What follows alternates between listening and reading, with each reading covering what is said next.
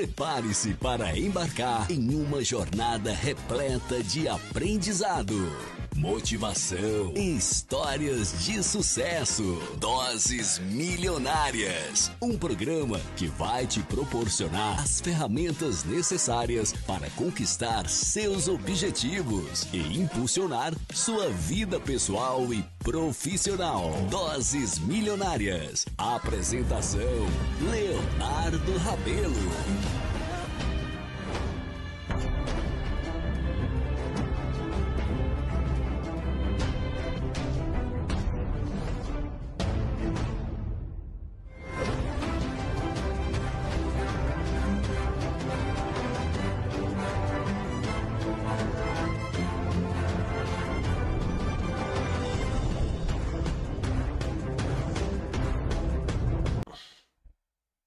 Olá, boa tarde. Estamos aqui de volta ao Doses Milionárias, no Espaço Gerontologia Prática.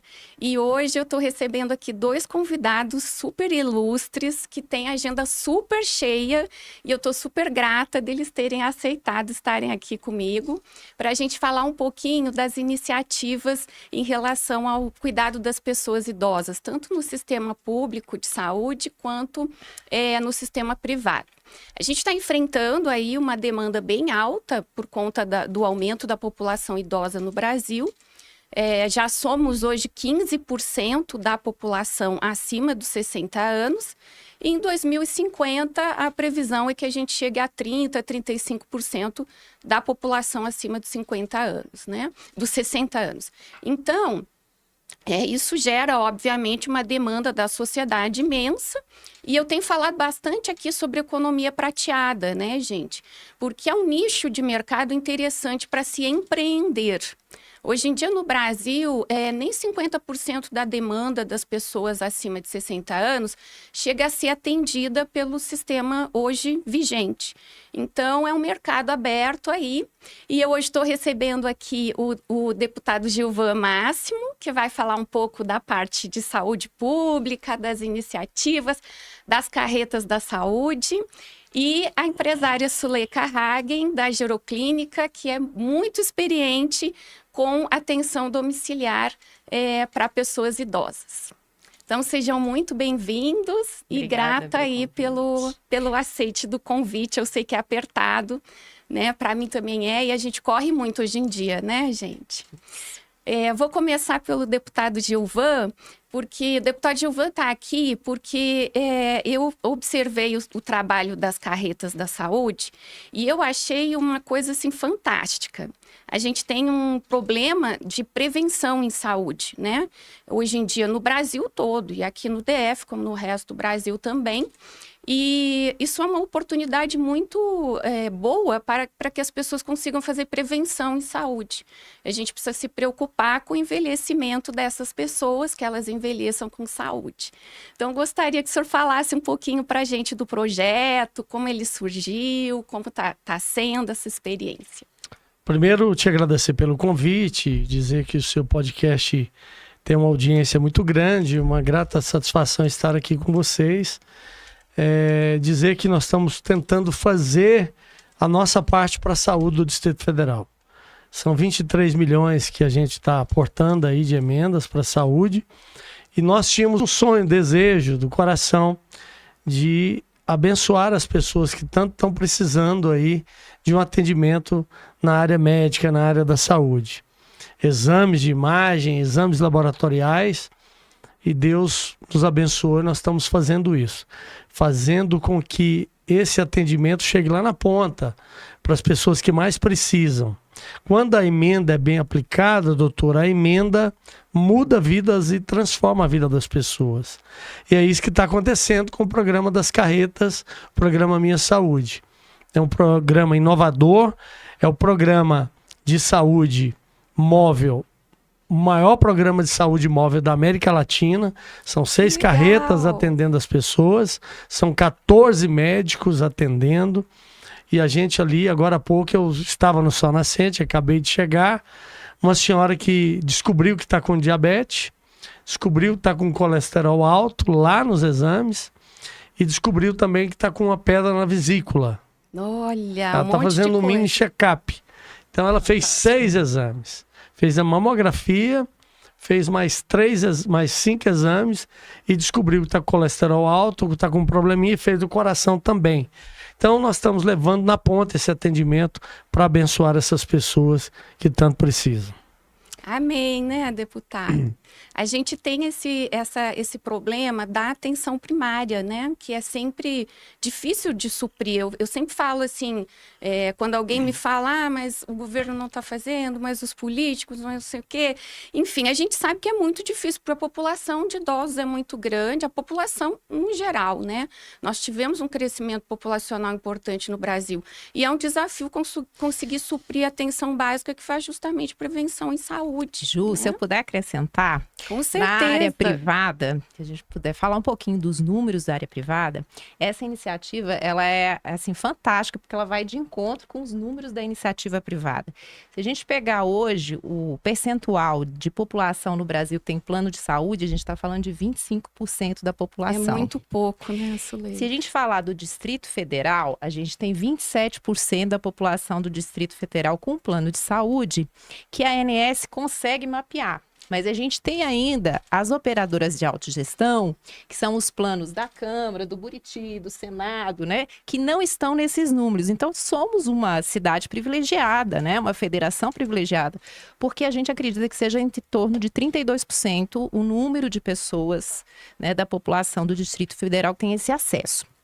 Mas quando a gente olha para dentro dessas operações, o que é o maior custo hoje de uma operadora de saúde? Em primeiro lugar, disparado, o maior custo é exames. Sem dúvida. Depois a gente passa, olha aí, que não deve ser diferente do serviço público. Eu não cheguei a olhar os números daqui. Por isso que eu trouxe os dois aqui juntos, gente. Em segundo lugar, são as terapias seriadas. E por último vai ser a internação. Só que o que acontece no serviço público e na iniciativa privada? A gente não consegue ver um investimento real para diminuir a incidência de pessoas que não tenham problemas tão graves ocupando o leito ou o hospital, criando filas enormes que muitas vezes a gente podia estar resolvendo numa carreta dessa. Olha esse exemplo, né? Um idoso com diabetes e com colesterol, ele tem pré-riscos aí de várias coisas. De envelhecer muito mal, inclusive, muito mal, né, gente? E se a gente segue ainda esses números, quando a gente chega assim, qual que é o problema maior que a gente vê dentro, né, das operações de saúde? O que mais vai gastar? Em primeiro lugar, as doenças cardiovasculares, que estão correlacionadas a esses dois exames. E em segundo lugar, o câncer, que é uma incidência mundial e está crescendo em todos os países do mundo. E é muito mais alta, gente, nas pessoas acima de 60 anos. Só que uma carreta dessa consegue identificar a pré-existência de doenças cardiológicas e possibilidade de traços para câncer. Então, a gente está indo de encontro naquilo que é mais caro no serviço privado e, com certeza, no serviço público, porque uma boa triagem de uma carreta dessa elimina várias pessoas numa UPA ou num posto médico de emergência. E aí, doutora, são 6 carretas com 14 médicos, desde o dermatologista ao ginecologista, ao cardiologista. A gente faz o exame, teste da mama, o exame de mama, mamografia. Ela chega, então, até a atenção especializada. Aí o ginecologista, o PSA para os homens, da próstata. Olha, excelente. Eu estou muito feliz, eu estou muito assim, a gente emociona. E eu tenho aqui vários depoimentos que depois eu quero compartilhar isso com vocês, das mulheres chorando, me abraçando e falando que não tinha oportunidade, que teve uma que era número 10.000 na fila de mamografia. Ela chegou de manhã, aí tem que ficar o dia todo, porque vai fazer 4, 5 exames. Eu falei para elas, olha, eu fui fazer check-up, eu fiquei 2 dias aí internado. Vocês estão ficando o dia. Aí você 4, 5 horas é nada, né? Não é nada. Então elas ficam ali, aí tem um lanchezinho, tem uma maçã com uma banana, um suco. Olha, tem até lanche, que legal. E elas estão assim, não só as mulheres, mas os homens também. Então as pessoas estão desacreditando muito dos políticos, né? Teve um senhor lá que falou para mim que não acreditava que ia ter aquilo. Aí ele fez o exame de vista, agora ele vai receber os óculos. Nós vamos doar 50 mil óculos nessa primeira leva, depois mais 50 mil óculos. E teve uma senhora também, o senhor, ele era número 6 mil na fila. Nossa. Ele foi atendido em meia hora, né? Então é muito gratificante isso. Eu sou do interior de Goiás e naquela época fazer uma mamografia era muito complicado. Eu lembro da luta da minha mãe e da minha avó para fazer uma mamografia. Há 40 anos atrás, 50 anos atrás, fazer uma mamografia era uma coisa de primeiríssimo mundo, né? E eu tive uma irmã que ela teve câncer de mama e depois ela sofreu muito com câncer. Ela sobreviveu ao câncer, mas ela ficou muito mal de outras coisas. A pessoa, ela não ficou legal e ela acabou que eu perdi essa irmã minha com um AVC. Então marcou muito na minha vida isso. E durante a minha campanha, a governadora Celina Leão, nós estávamos lá no Recanto das Emas, e ela falou para mim: Gilvan, faça um compromisso com Deus que você vai aplicar suas emendas nos lugares que as pessoas mais precisam. E a Miranda, minha mulher, também me cobrou isso. E eu fiz esse compromisso com Deus. E eu falei que eu ia colocar esse projeto de pé. Não é fácil. Nós temos muitos interesses financeiros em cima disso, porque as clínicas de exame de imagem que estão prestando esse serviço não está chegando na população. Estão recebendo e estão fazendo um péssimo serviço. E agora, na próxima carreta, vai vir a ressonância magnética. Nossa, fantástico. Nós vamos colocar a ressonância magnética. Mudando e aí, a vida das pessoas mudar de verdade. a vida. Olha, 2 senhoras que me beijou lá agora, me abraçou. Emociona a gente. É muito gratificante. Estou emocionado porque está mudando a vida das pessoas de verdade. Mas mudando de verdade. Essa senhora que encostou em mim, falou: eu queria te dar um abraço, porque eu estou pré-diabético e não vou ficar por causa do exame. Estou com colesterol alto, já estou tomando remédio, já fui medicado e recebi o remédio. E não vou morrer de colesterol e nem de diabetes porque eu vou ser medicada. Então isso muda a vida das pessoas. Deputado, esses pacientes que são atendidos na carretas, quando identificados problemas mais graves, eles já têm acesso ao sistema? Nós vamos encaminhá-los. Aí é que tá. Nós vamos pegar na mão deles. Esse é outro desafio, né? É outro desafio. Se pudesse botar as carretas da cirurgia, a gente ia colocar, mas não tem como. Não tem como ter o bloco cirúrgico. Mas o governador está muito empenhado com a nossa secretária Lucilene e com a Celina também, em transformar a saúde. Nós temos que mudar a saúde do Distrito Federal e o governador sabe isso. Celina Leão também sabe, tem um esforço concentrado. Prova disso, essas carretas. É a primeira vez na história do Distrito Federal que um deputado aplica emendas dessa maneira. Eu desconheço essa política. É a primeira vez na história. Então, eu quero fazer tudo para a gente fazer a ressonância e trazer o que der para trazer para atender o povo. Se for preciso eu colocar 100% na saúde, eu vou colocar para atender a população. A saúde tem que ser prioridade, né, deputado? E nem sempre porque às vezes ela não é vista da forma como ela deveria ser vista, né? Tem que ver realmente aquilo que as pessoas estão precisando. Então, isso que o senhor faz de estar entre a população, de estar lá ouvindo os depoimentos das pessoas, faz muita diferença. E eu coloquei o meu gabinete, o gabinete móvel. A minha equipe está lá ouvindo, porque nós estamos fiscalizando as emendas. Se tem a pessoa mal atendida, nós vamos lá reclamar. Excelente. Nós vamos falar: não tem que respeitar as pessoas. Gente, a equipe tá lá. Então, lá. se vocês quiserem saber como tá funcionando... acho que tudo na vida tem que ser bem feito. Exatamente. Eu me propus a estar na vida pública e nós temos que fazer isso com muita seriedade e com muito respeito às pessoas. Sim. Por isso que eu falo que as emendas bem aplicadas, elas transformam vidas. E eu apliquei emendas do entorno também, emendas da saúde. Coloquei em Planaltina, coloquei em Valparaíso, em Novo Gama, porque essa população vem para cá e a gente sabe das dificuldades deles lá no entorno. Então nós temos que ajudar a fazer um esforço concentrado para ajudar eles a abençoar esse povo que tanto sofre. Tem gente que está na fila, é número 10 mil, outro 5 mil, tem gente que está há 5 anos na fila. para um exame de imagem. E eu soube dessa iniciativa, né? Até contei para Miranda sobre isso, por 2 pacientes minhas, né? Eu trabalho também no serviço público de saúde, gente. Eu me divido entre o público e o privado, né? E tem alguns pacientes que são muito antigos no serviço público, eles têm meu telefone. E eu recebi mensagem de 2 senhoras que tinham conseguido fazer os exames. E elas estavam realmente há muito tempo precisando, uma inclusive da parte oftalmológica, e ela está super feliz que fez os exames e vai receber o óculos, enfim. A gente fica no serviço público, tanto no público quanto no privado, né, Suleika, tentando ajudar as pessoas, né? Essa é uma missão para a gente, né? Para nós que trabalhamos na saúde. Mas é desafiador. Então, quando você ouve esse tipo de coisa, é muito animador. E, assim, talvez o senhor não tenha noção da diferença que isso vai fazer a médio e longo prazo para a população. Do impacto do custo disso, né? No serviço. Porque a saúde tem uma parte econômica, né, gente? Eu sempre falo isso. A gente não pode ver só a saúde do ponto de vista da doença, do paciente, enfim. Isso tem um custo, e o custo é muito alto, né?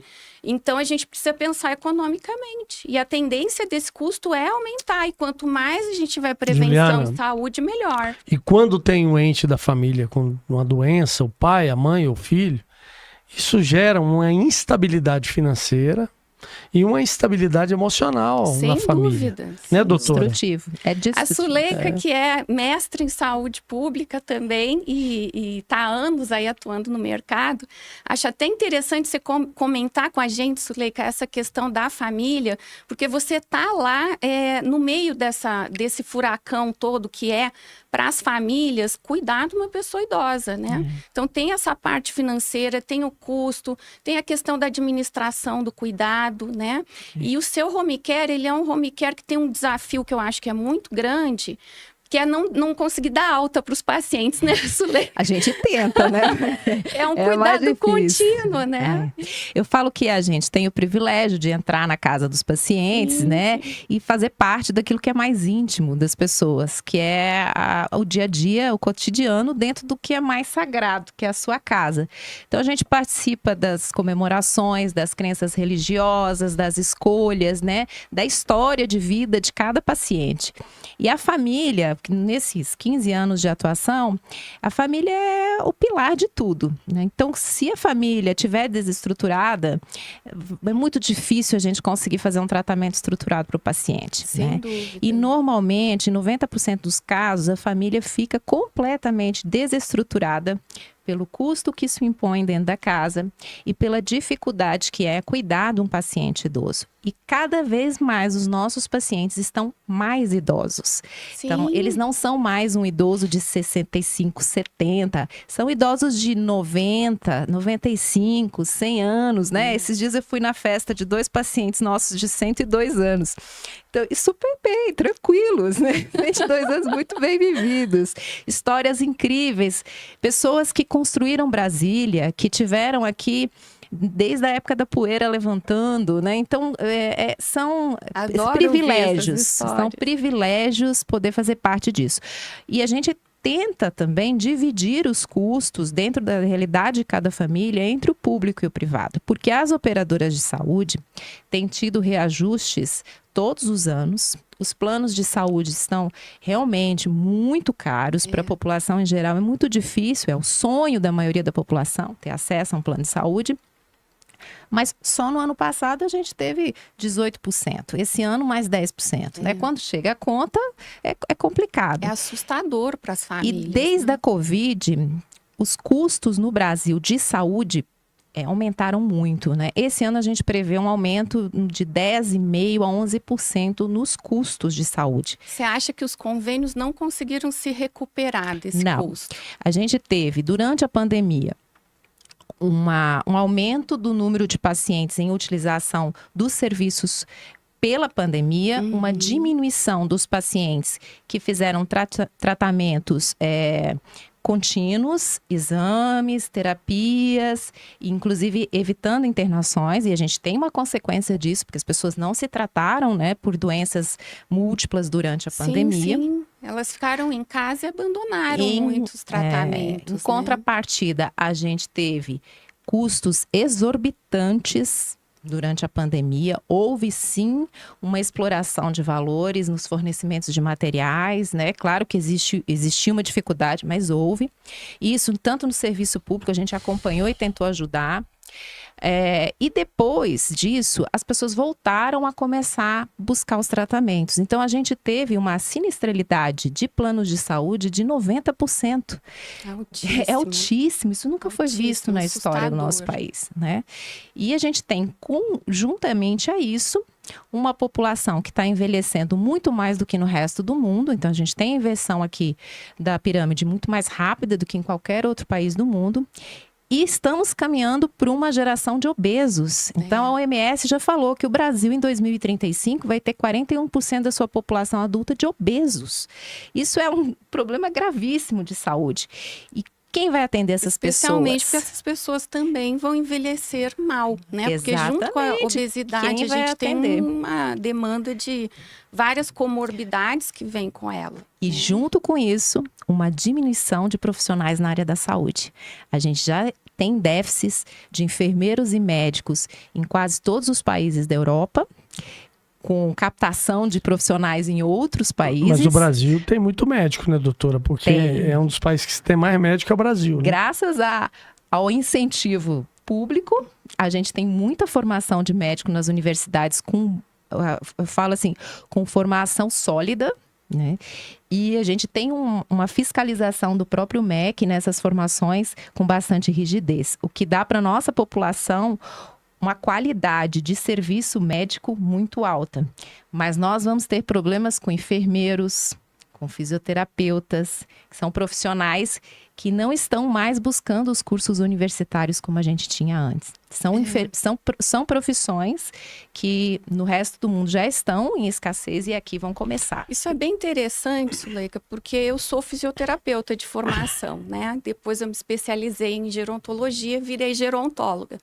Mas eu vejo assim, quando eu dou aula, eu dou muito mais aula em pós-graduação do que graduação. Mas às vezes alguém me convida para uma palestra e tal. Eu vejo os alunos muito desanimados do ponto de vista financeiro, né? Então eu vejo muitos desistindo do curso e tal.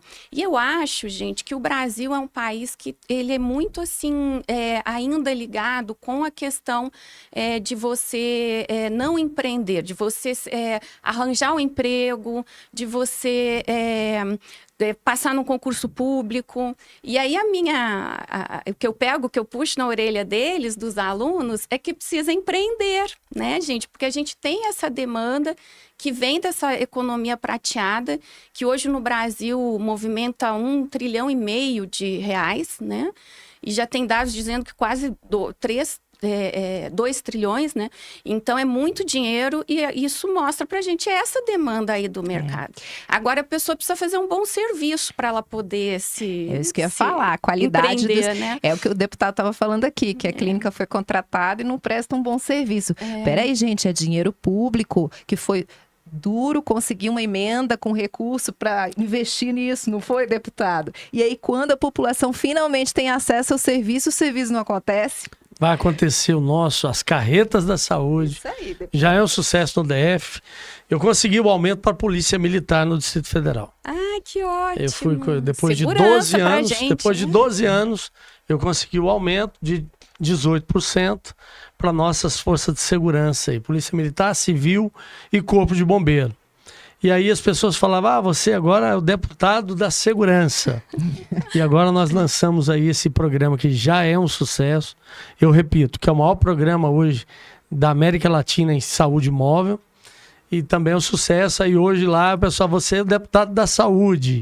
Então nós vamos sim fiscalizar os planos de saúde, bater em cima deles aí, porque esses camaradas, eles brincam também com as pessoas. E um dos objetivos nossos agora, nesse segundo semestre, é endurecer o jogo e fiscalizar os planos de saúde.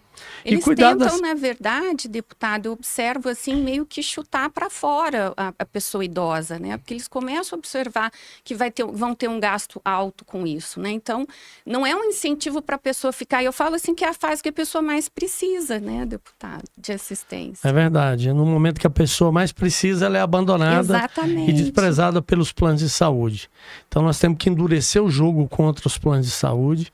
Nós não podemos aceitar que isso aconteça. Tem que respeitar, nós precisamos fazer com que eles respeitem o consumidor. E eu vou estar começando também o programa na Rede Record, que é o Xerife do Consumidor, e nós vamos estar trabalhando muito ali na Record para defender e fazer valer o Código de Defesa do Consumidor. Excelente. Hoje ainda orientei uma cliente minha, eu faço consultoria para famílias, né? E desenvolvo os planos de cuidado, porque vocês sabem que as pessoas, o envelhecimento no Brasil é muito novo. As pessoas não sabem ainda exatamente a quem procurar, o que elas devem fazer quando a pessoa idosa sai do hospital. Principalmente então, eu trabalho quando com a tem uma demência, deshospitalização. né, Ju? Exatamente, exatamente. E hoje ainda orientei uma filha nesse sentido, né? Porque ela está tendo justamente isso, porque ela me falou que ela fica ligando para o plano de saúde para solicitar o home care, e aí ela é atendida por robôs, né? Porque hoje é tudo robotizado, e o plano de saúde não dispõe um telefone para ela ligar, para ela falar com uma pessoa. E é um direito do consumidor, né, deputado, ser atendido, né, por algum representante desse plano. Afinal de contas, a pessoa paga e paga caro, né? Pois é, gente, é um desafio aí, mas que bom que a gente está aqui, todo mundo trabalhando para isso, né? E esse desafio, Suleika, de acompanhar até o final da vida a pessoa, cada vez mais a pessoa vai demandando mais cuidado, né? Como é que é isso? Eu falo que os 6 últimos meses de vida, ele não necessariamente serão os melhores, mas eles vão ser os mais caros, infelizmente. Sim. Porque é muito invasivo o que se faz nos últimos 6 meses de vida. A gente tenta conversar com as famílias para tentar fazer com que isso seja menos invasivo e que as famílias tenham mais conforto. E eu falo que o meu indicador mais importante dentro da minha empresa é o óbito em domicílio. Porque significa que eu consegui fazer com que aquela família confiasse a tal ponto na minha equipe de pertencer ao cuidado daquele paciente, que ele possa ter seus últimos dias em casa. Então, a família se sente segura em que essa passagem ocorra com as bênçãos de Deus, no espaço onde aquela pessoa viveu durante os longos anos e com todos os portas-retratos que fazem parte da história dela. Né? É uma coisa muito triste, né? A morte, ninguém aceita a morte. Não. Ninguém quer morrer. Não. Mas uma pergunta, doutora. O Silvio Santos morreu por um H1N1. Ele não poderia mais vacinar, né? Porque depois dos 90, parece 80, não pode vacinar. Existem contraindicações, mas cada caso tem que ser analisado. Mas no caso dele, ele teve um rebaixamento geral, né, deputado? Não foi só uma questão específica, né? Ele já tinha um comprometimento pulmonar, ele já vinha de um outro rebaixamento ele já era um paciente frágil, né? A gente chama de um paciente de alto risco, com fragilidades múltiplas. Porque ele teve Covid? Porque ele teve internações recorrentes nos últimos meses antes do óbito. E além dele ter essas internações recorrentes nos últimos anos, ele tem uma queda do sistema imunológico dele como um todo. Então, quando ele chega numa situação mais extrema, de uma doença mais agressiva, é mais difícil uma recuperação.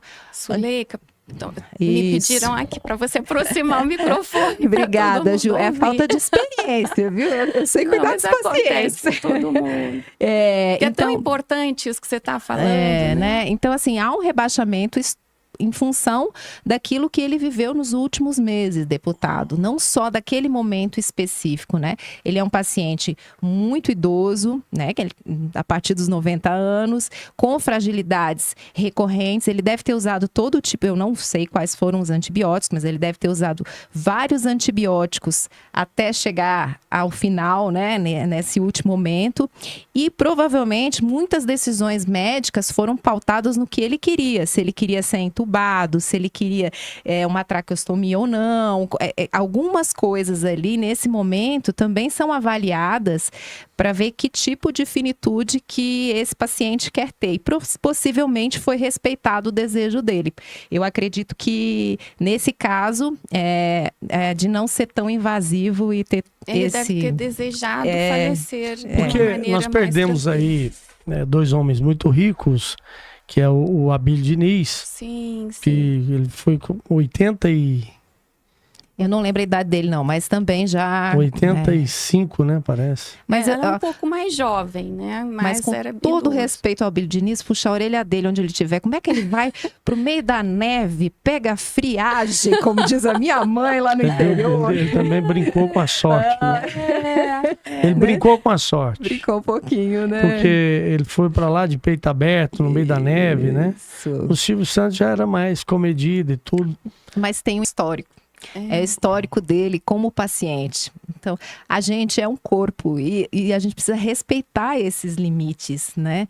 E cada vez que a gente toma um antibiótico, que a gente tem uma recaída, uma internação, a gente exige muito do organismo para que volte à condição normal. Isso não ocorre do dia para o outro. O antibiótico faz isso com o organismo. Não é porque há um rebaixamento. O antibiótico, ele vai tratar aquele rebaixamento para você superar aquela bactéria, aquela infecção. Então, existe um esforço do organismo com o antibiótico para você reagir, né? Altera o metabolismo, tudo. Você foca energia naquela situação dentro do seu organismo, né? Então, existe sim uma debilitação, porque o teu corpo precisou dessa energia para fazer isso funcionar. Por isso que a gente fala, quando tem qualquer coisa, não faça atividade física neste momento, aguarda 2, 3 dias, né? Para a gente reabilitar, para o organismo voltar a ser o que ele era. Não é bom fazer as caminhadas, os exercícios físicos? Se você está com antibiótico terapia, tem que avaliar com o médico. E dependendo da sua idade, seu estado físico e seu histórico clínico, tem que ser avaliado. Né? Para poder avaliar se vai ter que ficar em repouso ou se já pode andar. Cada Na verdade, caso é um com as caso. Pessoas idosas, a gente tenta, na medida do possível, movimentá-las, né, Suleika? Porque sem a imobilidade exercícios radicais, ruim. né? Mas não vamos esquiar, como nosso amigo. É nesse ponto que eu quero chegar, né? É isso aí. Há limitações. A gente fazer uma caminhada dentro de casa, uma mobilidade próxima. O Abílio Diniz, se ele tivesse cuidado, tivesse mais um pouquinho de zelo com ele, acho que ele ia viver até os 100 anos ali. Essa resposta a gente deixa para o nosso senhor lá, né, responder. A gente nunca vai saber, né? Mas é o que eu digo. A hora de cada um é a hora de cada um, né, deputado? Então, a gente também não pode questionar o que acontece conosco e com essas pessoas. Eu acho que chegou o momento, as escolhas de vida exatamente levam aquilo, né? Eu passei por uma situação na minha vida muito forte, de uma pessoa que escolheu, meu esposo na época, escolheu ir a óbito, né? Ele não queria mais um tratamento invasivo, né? Ele tinha ELA, que é uma doença degenerativa, e ele optou por isso, ele não queria nenhum tratamento invasivo, ele não queria ser sequelado, ele queria ter uma morte natural. É outra doença que tem assolado aí a gente tem um número elevado a cada ano de pacientes com ela, assim. Eu acho que a gente tinha um diagnóstico, talvez um pouco falho anteriormente, agora com a medicina mais avançada a gente consegue diagnosticar, né? Agora é interessante, né? Porque a ela é uma doença de paciente jovem, né? Mas de uns tempos para cá, já trabalho na área há mais de 20 anos, eu tenho observado isso, que ela tem atingido as pessoas com mais de 50, 60 anos, né? E eu acho que se deve muito a essa questão do diagnóstico falho mesmo, né? Doutora, mas... Aí que entra a carreta da saúde. A tecnologia está aí à nossa disposição. Sim, inteligência artificial... As pessoas ficam falando que a inteligência artificial vai ser prejudicial, não vai ser bom. O fake, a pessoa vai fazer um vídeo meu com a minha voz, com a minha fala, do meu jeito, com a minha imagem e tudo. Só que as pessoas têm que pensar por outro lado também. A inteligência artificial vai ajudar muito na questão da descoberta de muita doença aí. Sim. Porque é inadmissível que a gente tenha uma tecnologia de ponta como a gente tem e o câncer continua devastando e matando muitas... ceifando vidas. E crescendo no mundo todo. E crescendo no mundo todo. Isso é um absurdo o negócio Era desse. essa pergunta, inclusive, que eu ia lhe fazer, deputado, porque o senhor também tem uma história à frente da Secretaria de Ciência e Tecnologia aqui do DF, né? E essa iniciativa de pesquisa de tecnologia em saúde, ela é muito importante. E esse trabalho com as carretas também, tem algum projeto no sentido de replicar esse projeto em outras regiões? Tem. O senhor está em contato com outros políticos? Eu quero levar para o meu partido para a gente replicar isso Brasil afora. Nossa, que fantástico. Né? Excelente. A gente replicar Brasil afora. Agora, voltando um pouquinho lá para a tecnologia, que eu sou presidente da Frente Parlamentar de Ciência, Tecnologia e Inovação, fui secretário de Ciência e Tecnologia aqui. A gente vê, por exemplo, ela é uma doença que está ceifando vidas também. Sim. E são mortes assim muito tristes, porque a pessoa vai definhando em cima de uma cama, né? Eu acho que a gente precisa usar mais a tecnologia a favor da medicina, mais e mais e mais. Sem Agora, dúvida. é impressionante. Será que a indústria farmacêutica não faz um lobby, doutora, para que as pessoas não fiquem tomando medicamento e não seja descoberto a causa da doença, do vírus e assim por diante? Eu posso falar um pouquinho da minha experiência, né? Quando a gente teve o diagnóstico de ela na minha casa, a gente foi... Meu marido era médico na ocasião, a gente viajou... Eu vou só lembrar, gente, desculpa te interromper, Suleika, mas a ela, que a gente está conversando, é a esclerose lateral amiotrófica. Porque todo mundo, talvez alguém que esteja aqui nos ouvindo não sabe. Assim, o que é esclerose lateral amiotrófica? É uma doença que vai atrofiando os músculos do corpo. Ela é neurodegenerativa. Então, por mais que você tome uma medicação para regenerar alguma coisa, ela vai lá e mais ou menos come aquele músculozinho e leva ele embora de novo, né? Então, assim, de uma maneira bem simplista, é mais ou menos isso. E a senhora conhece alguém que foi curado da doença? De ela, não. Não tem cura, na verdade. Tem cura. A ciência ainda não tem. Existem duas linhas, né, na ciência para diagnosticar. Uma pode ser composição genética. Você pode ter seu pai e sua mãe não deveriam ter cruzado a rua, muito menos ter filhos, né? E a segunda é ainda de causa desconhecida. Você tem componentes dentro do organismo que são desenvolvidos de acordo com o passar dos anos, né? A gente pode falar isso. E aí ela pode começar de várias maneiras. Ela pode começar pela parte respiratória. A gente tem pacientes nesse caso que começaram pela parte respiratória, ou pacientes que começam pela parte muscular, né? Vai perdendo a força nas pernas, nas mãos, nos braços, perde o tronco. E o cruel dessa doença é que você permanece com a sua atividade mental 100% em dia. Então, você sabe absolutamente tudo o que está acontecendo.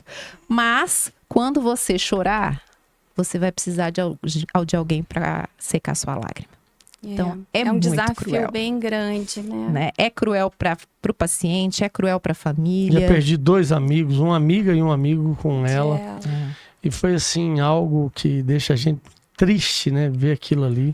E não temos como definir se vamos ter ou não, deputado. Mas eu acho melhor não saber, viu? Então, tem os testes genéticos que às vezes as pessoas preferem não fazer. Mas nós não vamos gente? ter. Não vamos. A gente está chegando aqui já no nosso tempo. E aí, antes da gente encerrar, eu queria que vocês contassem um pouquinho para o público que está aí assistindo a gente, como que surgiu a ideia das carretas, de onde isso veio e como que surgiu a Geroclínica, né? Que assim, acredito que hoje seja o único home care aqui do DF que tem essa especialidade de lidar com o público idoso e com as particularidades disso. Primeiro, aproveitar o momento e convidar você e a doutora Zuleika para conhecer o projeto das carretas. A próxima ação nossa vai ser lá em Samambaia. Nós vamos colocar na parte mais pobre de Samambaia para que essa população fique perto, porque às vezes a pessoa tem dificuldade até de pegar um ônibus. Sim. A gente está buscando as pessoas em casa de van para que as pessoas possam chegar até as carretas. Tem uma amiga minha, deputada federal, sou goiano, e ela tinha um ônibus lá que cuida da família das pessoas. Ela faz isso com maestria, o marido dela é médico, e é um trabalho belíssimo. E eu me inspirei naquele programa dela. E aí, em cima disso, a Miranda sempre falava comigo, e a Celina também falou, para eu aplicar as emendas nas áreas mais carentes, onde as pessoas mais precisavam, que eu precisava falar isso com Deus. Um dia, Celina falou isso para mim, e eu fiz esse compromisso com Deus. Foi eu e Deus. E eu fiz esse compromisso. Ganhando a eleição, eu vou aplicar na saúde, vou aplicar no social. Eu estou aplicando as minhas emendas no social. Eu vou colocar energia solar na casa de 10 mil famílias no Distrito Federal. Nós vamos colocar a placa fotovoltaica lá na casa da pessoa que está com dificuldade de pagar a conta de luz. Vamos zerar a conta de luz dessa família que paga até R$180. São 10 mil casas que serão atendidas, com emenda também do deputado Gilvan Máximo. E vamos capacitar 2 mil jovens por ano, ganhando R$1.000 cada jovem, para que ele possa aprender a mão de obra, de montar a placa fotovoltaica. Nós não temos essa mão de obra no Brasil hoje. Então esse jovem aprende a montar a placa fotovoltaica, ele vai poder trabalhar com isso. Ele vai, primeiro ele vai ter que colocar na casa de algumas famílias, depois ele está liberado para o mercado de trabalho. Excelente. Então nós estamos aplicando no social. Tem um outro programa também que é Você Tem Valor. Você Tem Valor é para os idosos. Nós vamos beneficiar 100 idosos no primeiro momento. A gente vai dar uma ajuda de custo para esses idosos, onde ele vai ter acompanhamento psicológico, vai ter acompanhamento médico especializado para ele medir a glicose, medir a pressão. A gente incentivar ele a ir na academia da esquina, aquela academia, aquele equipamento público que tem nas cidades. A gente vai fazer em uma cidade, fazer o piloto desse programa. Ensinar a utilizar os equipamentos também. Usar os equipamentos para ele sentir que ele tem valor. Sim. E depois nós vamos fazer as ações sociais, entregar cesta básica. Aí nós vamos levar esses idosos no ônibus para ele ir lá entregar a cesta básica para essas pessoas que precisam, para ele ver que a vida dele está melhor do que muita gente ali que não tem o que comer. A programa Você Tem Valor, inclusive, é uma das doenças que mais atinge a população idosa, né? Então, isso também é uma medida preventiva também em saúde mental. Esse programa, nós vamos investir 2,5 milhões, parece, nele, para a gente incentivar os idosos a estar medindo a glicose, a pressão, para ele fazer a caminhada, e ele vai ver que ele tem valor quando ele for lá na ponta ver quão difícil é a vida das pessoas. Nós vamos levar ajuda com a cesta básica. É um programa belíssimo também, que eu estou fazendo com as nossas emendas. Ah, que ótimo, deputado. Nossa, deputado, obrigada pelo convite. Eu estou muito curiosa para conhecer essas carretas. Eu também. E eu acho que é um trabalho realmente fantástico. Eu não vi, eu já viajei o mundo todo para entender velho e saber como tratar bem velho, né? Mas eu não vi. Parabéns pela iniciativa. É um orgulho para a gente aqui do Distrito Federal ter esse tipo de programa atendendo a população, porque eu tenho certeza que os profissionais da saúde que estão lá na outra ponta vão sentir a diferença ao longo de anos desse trabalho, né, Ju? E sobre a Geroclínica, bem, ela nasceu de um sonho do Dr. Renato Maia e meu, né? Nosso querido Dr. Renato Maia, que já nos deixou. A gente queria tratar os pacientes em casa. E na época existiam poucas empresas fazendo isso em Brasília, fomos uma das primeiras aqui junto com mais duas, e o objetivo era realmente tratar velho. A gente queria esse público, que é o que eu sempre tratei a vida inteira e que o Dr. Renato também tratava, né? E tivemos assim a felicidade de logo começar com pacientes bem complexos, que eu acho que é ótimo, porque você vai com um desafio grande, né? Famílias mais complexas ainda. E graças a Deus, a gente conseguiu ampliar esses serviços para todo o Distrito Federal. Hoje a gente atende todas as localidades, quase todas as operadoras de saúde.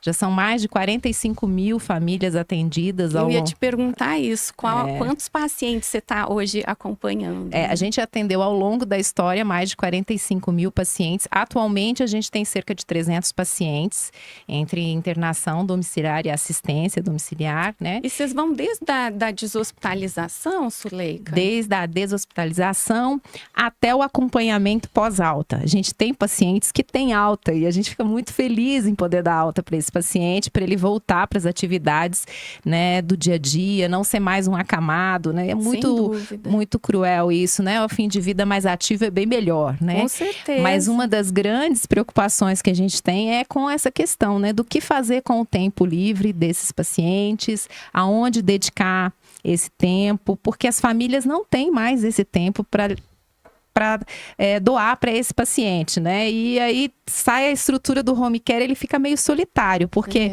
o home care ele é invasivo, né? Entra técnico de enfermagem, entra médico, fisioterapeuta, fonoaudiólogo. Cria-se um movimento na casa, gente né? o dia inteiro. Eu falo assim, ó, prepara a dispensa, porque o negócio é grande, é uma invasão. Eu faço para todas as famílias. É um trabalho fantástico, mas é uma invasão de privacidade, Sem né? dúvida. E quando a gente dá alta, fica um vazio. Muitas famílias ligam perguntando, vocês não vão passar por aqui? Não quer tomar um café? Né? Porque Eu quero fazer como o nosso saudoso Oscar Niemeyer, 107 anos, saudável. saudável. Saudável. Só que ele lúcido. fumava charuto e tomava uísque aí. Vai ver que esse é o segredo dele, né? A Cada genética. um tem o seu, né? A genética contribui muito, né? A gente fala que 50% da nossa longevidade é genética. genética. Então dá uma olhadinha aí como é que foi seu pai, sua mãe, seu avô, sua avó, né? E aí Isso conta, isso né? conta Isso mesmo. muito. E aí, claro que as nossas decisões do dia a dia, né, deputado? O que a gente come, o que a gente bebe, como a gente dorme, o que a gente faz de atividade física, que exames que a gente faz para manter a saúde em dia, como a nossa cabeça, que é a nossa mola principal, e o nosso coração estão interligados. Então, isso faz diferença na longevidade, né? Sem dúvida. E a gente tem hoje o privilégio, né? Eu falo que é um privilégio de trabalhar com cuidados paliativos, né, Ju? Depois de tantos um grande anos. privilégio. Eu sempre publico lá no Instagram sobre isso, porque eu também trabalhei nessa área e trabalho ainda eventualmente. E você acompanhar o fim da vida de alguém, eu falo que é um imenso privilégio, porque o fim da vida nos ensina demais, né? A morte nos ensina sobre a vida, na verdade, porque é uma noção de finitude, de que a gente tem um limite. Primeiro que não somos super-heróis, né? Então, algumas coisas a gente vai tentar suprir, mas talvez não consiga. E segundo, porque quem está no fim sempre tem muito para nos dizer sobre a vida. Nós somos parte da geração que seremos arrebatados vivos. Meio semente, né, deputado? É isso aí. Mas é isso. Então, Porque se for depender da minha genética, eu tô lascado. Meu pai morreu com 74, minha Muito mãe jovem. com 50, minha avó morreu com 68, meu avô também. Faz uma perguntinha. Eles tinham a atividade que o senhor tem hoje? Não. A razão de viver que o senhor tem hoje? Não. Isso faz diferença, né? A gente pode voltar aí na vida de muita gente e ver que as pessoas viveram mais porque elas tinham uma razão de acordar todos os dias e um propósito para fazer naquele dia. É muito ruim quando você não tem um propósito. O Silvio Santos, ele estava há poucos anos sem trabalhar. E será que ele foi preparado para essa aposentadoria? E como foi preparado para isso? Isso é tema para outro podcast, Exatamente. né? A última entrevista dele, do aniversário a rainha dele. da Inglaterra também, né? Trabalhou com uma idade super avançada. Tem um amigo meu que dizia que ele queria morrer de farda e não de pijama. Aquele aniversário do Silvio Santos, que o pessoal teve na casa dele, o último aniversário dele, ele de pijama ali recebendo, e a gente é acostumado a ver o Silvio Santos só bonito, arrumado, todo elegante, pintado, né? De terno e gravata, aquela coisa do Silvio Santos que sempre marcou muito a nossa vida aí, o Silvio. E depois eu vi ele de pijama ali, ele meio assim para baixo e tudo. Eu acho que isso deu uma declinada nele aí, né? Porque ele saiu de cena total. Eu acho que ele poderia estar ali auxiliando, a filha auxiliando ele, alguma coisa assim. Mas aos isso domingos, que eu poderia ter ficado uma hora no programa ali, né? Embora preparação. Isso, eu acho que você é isso não que a Suleika precisa romper drasticamente. Drasticamente. É muito ruim, deputado, você acordar sem saber o que você vai fazer hoje. A Pra que eu estou aqui aposentadoria hoje? compulsória, ela Né? acaba às vezes até atrapalhando, né, Suleika? Eu tenho uma grande professora minha que foi aposentada e ela fala para mim, eu fui aposentada, né? E eu não queria me aposentar. Então é outro assunto aí também interessante podcast da bom, gente viu, Ju? Fica a debater. Né? dica. A gente vai ter que encerrar, gente, por conta do tempo, mas eu queria agradecer demais a participação de vocês, convidá-los para estarem aqui novamente, um e outro, para a gente ampliar aí essa temática do envelhecimento, que é o propósito aqui desse espaço no Doses Milionárias, a gente falar de envelhecimento populacional e de soluções para as pessoas idosas, né? Então, antes da gente encerrar, eu gostaria que o deputado deixasse os seus contatos e a Suleika também, para que o público que está aí nos assistindo consiga contatar vocês. Acompanhe nas redes sociais, Gilvan Máximo Oficial, no Instagram, no Facebook. O nosso gabinete é o gabinete 403, está à disposição da população, o gabinete que tem um cafezinho cappuccino, tem um pão de queijinho goiano lá para todo mundo. E aproveitar mais uma vez, reforçar a doutora Juliana, a doutora Zuleika, o convite para que vocês possam estar conhecendo o programa Minha Saúde, as carretas da saúde, as carretas que estão e vão salvar vidas no Distrito Federal. Isso aí. Bem, eu convido todo mundo para acessar nosso site www.geroclinica.com.br. Lá a gente tem todos os contatos da empresa e os meus contatos pessoais também. E o meu e-mail, se alguém quiser, é suleika@geroclinica.com.br. Também estamos nas redes sociais, é só clicar lá Geroclínica que vocês encontram a gente. Clicar no Google, né? Isso. Isso aí, gente. Muitíssimo obrigada mais uma vez ao deputado Gilvan e a Suleika. Eu sei que a agenda de vocês é bem comprometida, então é uma honra vocês terem aceitado o convite para estar aqui comigo e espero recebê-los novamente. E obrigada, gente, pela audiência aí, quem estava assistindo desde o início, né? E estamos aqui na semana que vem de novo, 13h30 no Doses Milionárias, com o Espaço Gerontologia Prática, falando novamente de outro tema relacionado ao envelhecimento populacional e o cuidado de pessoas idosas. Até lá, então, gente. Você acompanhou Doses Milionárias com Leonardo Rabelo, um programa que te proporciona ferramentas necessárias para conquistar seus objetivos. Se inscreva em nossos canais do YouTube, www.youtube.com/Leonardo Neiva Rabelo e www.youtube.com/Doses Milionárias.